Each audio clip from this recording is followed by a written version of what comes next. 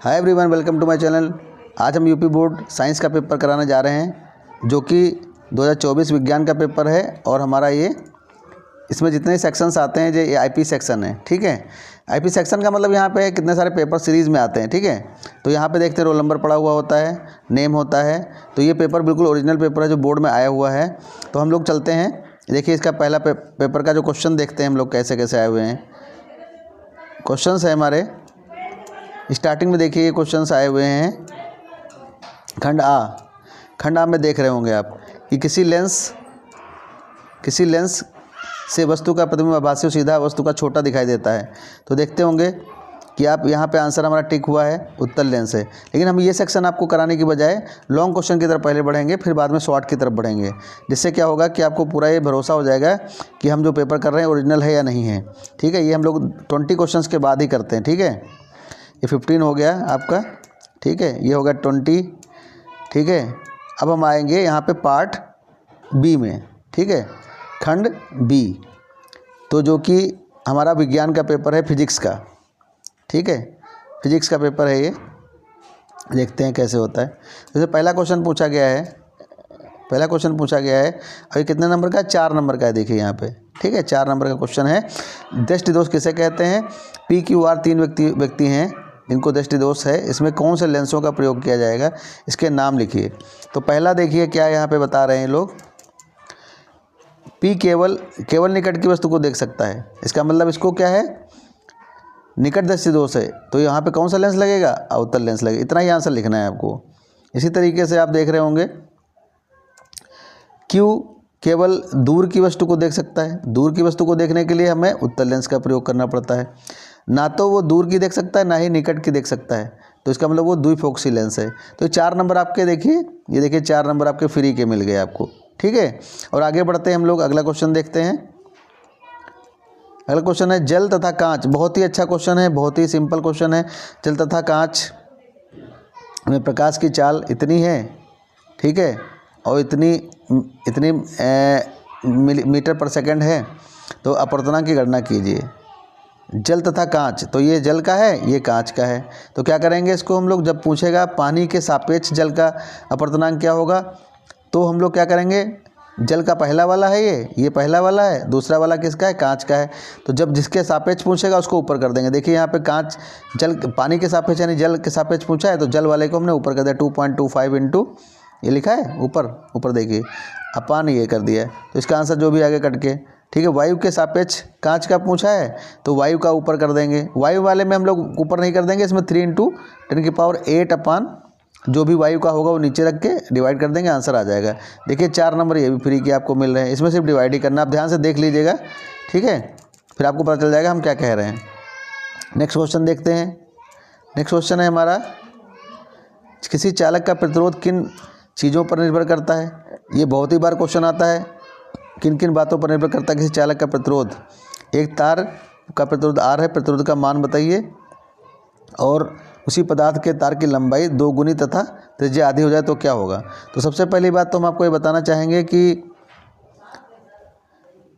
इस क्वेश्चन में जो किस पे डिपेंड करता है, R is directly proportional to L, inversely proportional to 1/A, और चालक के पदार्थ पर और चालक के ताप पर।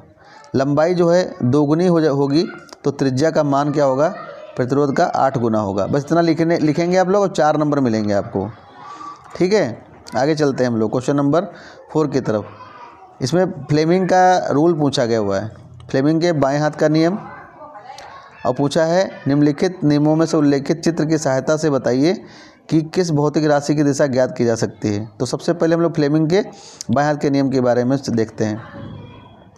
तो फ्लेमिंग का बाएं हाथ का नियम, ये देखिए यहाँ पे ये वाला क्वेश्चन, ये जो है, ठीक है, इसमें क्या होता है, अंगूठा जो होता है बल की दिशा बताता है, मध्यमा उंगली हमें बताती है धारा की दिशा, और तर्जनी हमें बताती है चुंबकीय क्षेत्र की दिशा। इसी तरीके से दाएं हाथ का नियम, ये देखिए, इसमें भी अंगूठा जो है बल की दिशा बताएगा, और ये मध्यमा जो है धारा बताएगी, और ये तर्जनी क्या बताएगी? चुंबकीय क्षेत्र की दिशा बताएगी। लेकिन सबसे बड़ी बात यह है कि चुंबकीय क्षेत्र में स्थित, ये देखिए यहाँ पे लिखा, चुंबकीय क्षेत्र में स्थित धारावाही चालक पर लगने वाले बल की दिशा क्या हो, कौन बताता है? लेफ्ट हैंड रूल बताता है।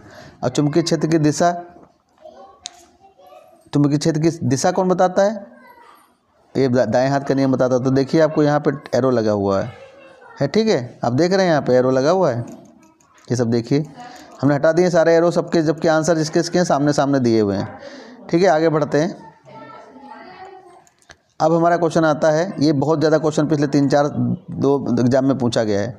एक जो घर में विद्युत यूज की जाती है, ABC कोई स्रोत हैं तार के, ठीक है, उनका नाम, कार्य तथा उनका आवरण, रंग कैसा है ये। तो देखिए जीवित तार होता है वो लाल रंग का होता है, भूसंपर्क तार होता है हरे रंग का होता है, उदासीन तार होता है वो काले रंग का होता है। ठीक है, इनके काम क्या क्या है देखिए, काम भी आगे लिख दिए मैंने। ये देखिए उदासीन तार है, इसका काम होता है उपकरण से धारा को वापस लेना। और ये भूसंपर्क तार है जो दूसरा वाला, इसका क्या है, बिजली के झटके से बचाने के लिए। ऊपर देखिए जीवित तार का कार्य क्या है, उपकरण को धारा पहुंचाता है। ठीक है, ये देखिए कितना फ्री का नंबर 6 नंबर, कोई भी कर सकता है। फिर देखते हैं आगे, ये सेक्शन हमारा 2 आ गया है अब। ठीक है, ये केमिस्ट्री का पोर्शन है शायद। ठीक है, अभी देखते हैं कहाँ पे, हाँ केमिस्ट्री है। ये देखिए पार्ट यहाँ पे चेंज हुआ होगा, हाँ ये केमिस्ट्री का पार्ट है। ठीक है, भाग 2 सेक्शन 2। इथेनॉल, इथेनॉल के 2 रासायनिक गुणों को बताइए। तो इथेनॉल देखिए ये पहला, इसका यही दोनों आंसर हैं इसके। ठीक है, CH3OH + 2Na + 2CH3ONaS2, इसी में अलग बना देंगे। अगला है CH3CH2OH + 2Na, फिर है CH3CH2ONa + H2। तो ये आप याद कर लीजिएगा इसको। ठीक है, आगे देखते हैं क्या है। हाँ, द्वितीय अपघटन किसे कहते हैं, द्वितीय अपघटन किसे कहते हैं। देखिए यहाँ पे एरो बना हुआ है। ये ऐसी अपक्रिया जिसमें अभिकारकों के बीच आयनों का आदान प्रदान होता है उसे द्वितीय स्थापन कहते हैं। राइट, इसको हम लोग अवक्षेपण अपक्रिया भी कहते हैं। इस तरह उदासीन अपकरण क्या होता है, अपक्रिया क्या होती है, जिन अपक्रियाओं में अम्ल तथा क्षार क्रिया करके जल और लवण बनाते हैं उसे उदासीकरण अपक्रिया कहते हैं। जैसे HCl + NaOH = NaCl + H2O।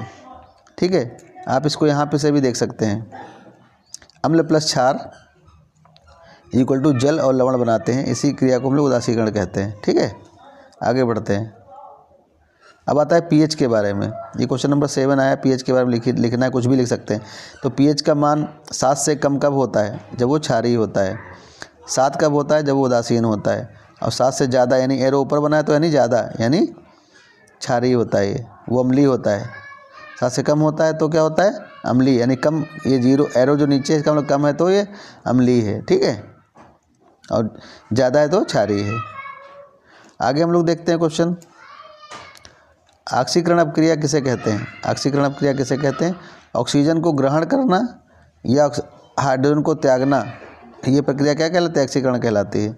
इसका हमने रिएक्शन यहाँ पे लिख दिया है, CH3CH2OH, फिर यहाँ पे H2SO KMnO4 की उपस्थिति में CH3COH। दहन अपक्रिया क्या होती है, C + O2 = CO2। ठीक है, ये आप ऊष्मा और इसमें प्रकाश निकलता है, तो रिएक्शन आप ये लिख सकते हैं।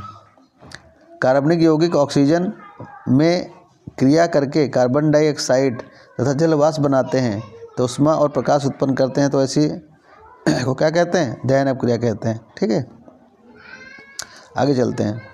अब आता है क्वेश्चन, ब्लीचिंग पाउडर का जल शोधन में क्या उपयोग होता है। ब्लीचिंग पाउडर का जल शोधन में, यानी इसी को हम लोग रंजक चूर्ण भी कहते हैं।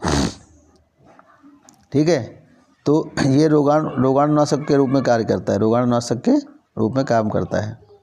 इसका बनाने की विधि ये है, CaSO4 ½ H2O + 3/2H2O। तो क्या बन गया ये, CaSO4 × 2H2O। ध्यान रखिएगा, ये रिएक्शन जरूर आ सकती है एग्जाम में 99%। अब आता है संक्षारण से आप क्या समझते हैं, संक्षारण से आप क्या समझते हैं, संक्षारण से आप क्या समझते हैं, सॉरी संक्षारण का उदाहरण बताइए। तो उदाहरण क्या है, लोहे पे जंग लगना इसका सबसे बड़ा उदाहरण है। संक्षारण होता क्या है पहले समझिए। संक्षारण मतलब किसी वायु की उपस्थिति में या नमी की उपस्थिति में क्या होता है, लोहे का गलना ही जो है, धातु का गलना ही क्या कहलाता है, संक्षारण। किसी धातु का क्षरण होना। तो इसके उपाय क्या हैं, लोहे पर जंग लगना, चांदी के ऊपर काली परत चढ़ना, और तांबे के ऊपर हरी परत चढ़ना, ये क्या है, इसके उदाहरण हैं। ठीक है, बहुत बढ़िया क्वेश्चन पूछा गया है। आगे देखते हैं ओजोन। ओजोन से आप क्या समझते हैं, ओजोन क्या है और पारतंत्र पर इसका प्रभाव क्या है। ओजोन का क्या मतलब है, ऑक्सीजन जो होती है उसमें एक ऑक्सीजन और जुड़ जाने पर O3 बना देता है, तो ये क्या कहलाता है, ओजोन। ओजोन का निर्माण जो होता है ऑक्सीजन द्वारा ही होता है। ठीक है, अब सवाल है पारतंत्र पर इसका क्या प्रभाव पड़ता है। सबसे बड़ा प्रभाव पड़ता है प्रकाश संश्लेषण पर प्रभाव पड़ेगा। दूसरा है प्रतिरोधी तंत्र को कमज़ोर कर देगा। तीसरा है त्वचा का कैंसर बना देगा। इस तरीके से इसके इफ़ेक्ट्स आ सकते हैं। ठीक है, नेक्स्ट क्वेश्चन देखते हैं। ये भी देखिए सब 4-4 नंबर क्वेश्चन आ रहे हैं, बड़ा ये देखिए।